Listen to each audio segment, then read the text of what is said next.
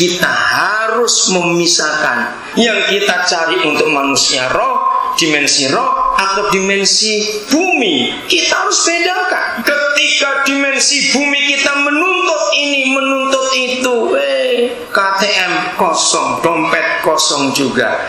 Cara yang paling baik, duduklah sambil nyanyi minum air dengan kenyang sendiri. Katakan amin cepat. Jadi kalau dimensi bumi kita nuntut sesuatu, kita nggak punya apa-apa, diam, jangan panik. Nggak mati, nggak makan 3 hari, percayalah, nggak amin lagi. Ya sudah, inilah cara hidup kita, manusia roh kita, biar tetap bersuka cita di dalam Dia. Yang amin cuma sedikit. Manusia roh kita nggak pernah ikut-ikut. Maka itu kenapa kalau kita baca kitab Mazmur, Daud bermazmur, hai jiwaku pujilah Tuhan. Kalau kita pernah baca ayat-ayat seperti itu, kita berpikir, Daud ini gila kah? Dia ngomong sama siapa ini? Hai jiwaku pujilah Tuhan. Nah, itulah yang kita temukan, dimensi rohnya yang berkata kepada jiwanya. Rohnya berkata, hai jiwaku pujilah Tuhan. Seringkali saya cerita kepada saudara, dengarkan ya. Jadi orang seperti firman ini itu susah.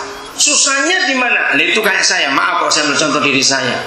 Sampai hari ini orang itu nggak pernah tahu kapan saya punya uang dan kapan saya nggak punya uang. Karena buat saya setiap hari itu saya suka cita. Nah itu repotnya. Saya mau buat pura-pura sedih, saya nggak bisa. Semua orang tahu kalau saya nggak punya duit. Ngerti kata-kata ini? Karena saya nggak mau dibodohi oleh keadaan apapun juga. Roh kita harus tetap bersekutu dengan Tuhan. Saudara boleh kesakitan, kita kesakitan sampai seperti apa? Sekali-kalinya saya malaria sampai diinfus itu tahun 94 yang lalu, saudara. Itu 3 hari saya KO, buka mata saya nggak bisa. Itu masih tinggal di rumah Pak Andi di Biak Bulan sana. Dokter Ayu yang masih meriksa. Aduh itu parah betul. Tapi saya tetap bisa memuji Tuhan. Saya nggak bisa makan apa-apa, maaf, muntah terus. 3 hari itu infus nggak berhenti karena saya nggak bisa apa-apa. Tapi saya tetap saya bisa bersuka cita sampai Cik Yayan tuh lihat, hebat sekali koden ini. Sambil saya senyum, bukan hebat, sakit ini, cuma roh saya yang bersuka cita. Saya bilang begitu. Jadi bedakan itu, saudara, bedakan dalam segala keadaan di hidup kita ini. Berapa kali malarianya sungkan sendiri karena saya nggak gubris dia, saya nggak mau anggap dia. Bahkan cuma sehari nggak sampai dia pergi lagi. Maka itu belajar untuk dimensi roh kita dan dimensi bumi ini kita bedakan. Yang cari yang mana?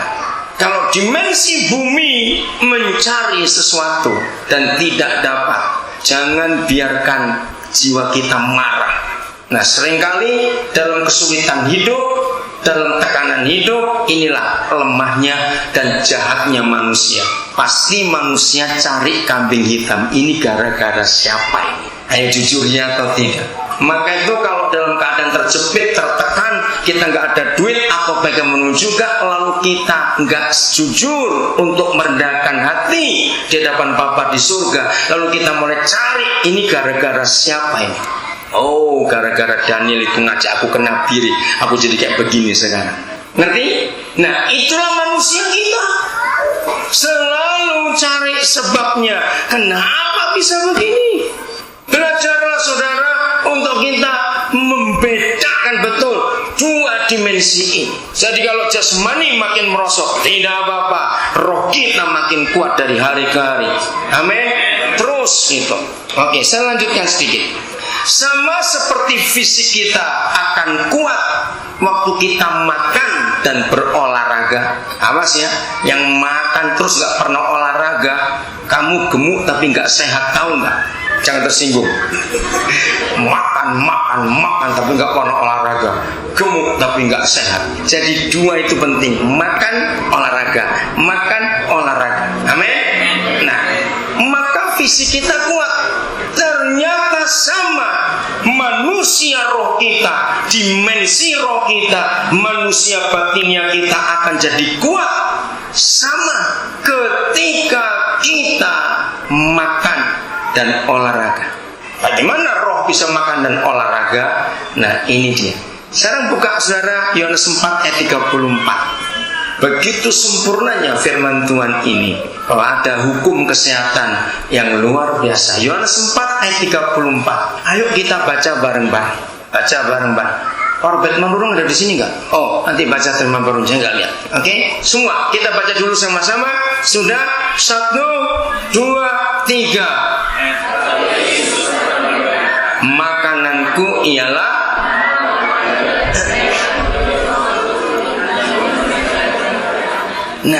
makananku ialah apa? Melakukan kehendak Bapa. Ini makan. Exercise-nya, olahraganya adalah menyelesaikan pekerjaan Dia yang mengutus aku. Bacakan terjemahan baru itu, Manurung. Oh, nggak bawa. Ada yang bawa itu? Siapa yang bawa Alkitab yang baru? Sudah dibagi siapa? Ada nggak? Edo nggak bawa? Ada yang bawa di sini? Iya, sayang nggak ada yang bawa. Edo di mana itu?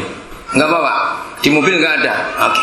Saudara, kalau Tuhan Yesus saja berkata, makananku ialah melakukan keinginan. Saya mau ganti kata dengan kata keinginan. Sama. Makananku secara fisik adalah mengikuti keinginan selera. Betul? Kalau hari ini selera kita papeda, mau dikasih pizza setumpuk pun tetap nggak nikmat. Betul? Lu enggak, iya kan nggak cepat jawab. Ya. Kalau saudara di sini nggak suka papeda, bukan orang Papua, pulang aja kembali ke sana. Jadi keinginan kita itu yang menentukan kita ini akan makan apa. Saya ulangi lagi, Yesus berkata, makananku ialah melakukan keinginan Bapa. Makanan jasmani kita untuk kita punya energi bekerja mengikuti keinginan selera. Lalu exercise-nya, olahraganya menyelesaikan pekerjaan. Nah, kata ini kan menunjukkan kita kerja, bukan? Ada yang kita ada aktivitas. Maka itu makan banyak, kurang aktivitas banyak. Itu sebabnya kenapa kuli-kuli di pelabuhan jauh lebih sehat daripada orang yang duduk di kantor. Karena orang duduk di kantor olahraganya kurang. Tapi kuli-kuli itu luar biasa. Mengeluarkan keringat dengan wajar itu sehat. Maka itu banyak orang sekarang kena penyakit tinggal di AC. Karena bahaya sekali tinggal di ruangan ber-AC. Maka itu biasakan jangan pakai AC dalam hidup itu, saudara. Kok nggak ada yang ngamen?